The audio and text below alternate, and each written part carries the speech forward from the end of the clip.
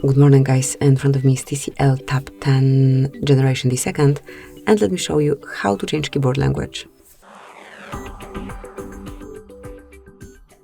So at first open the settings, then find and select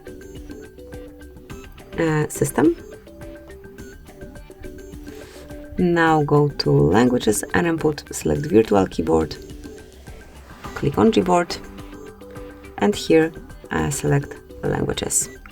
Tap on Add Keyboard, pick the one that you want to use, tap on Done, and that's it. You can remove unnecessary language if you want to, smoothly like this.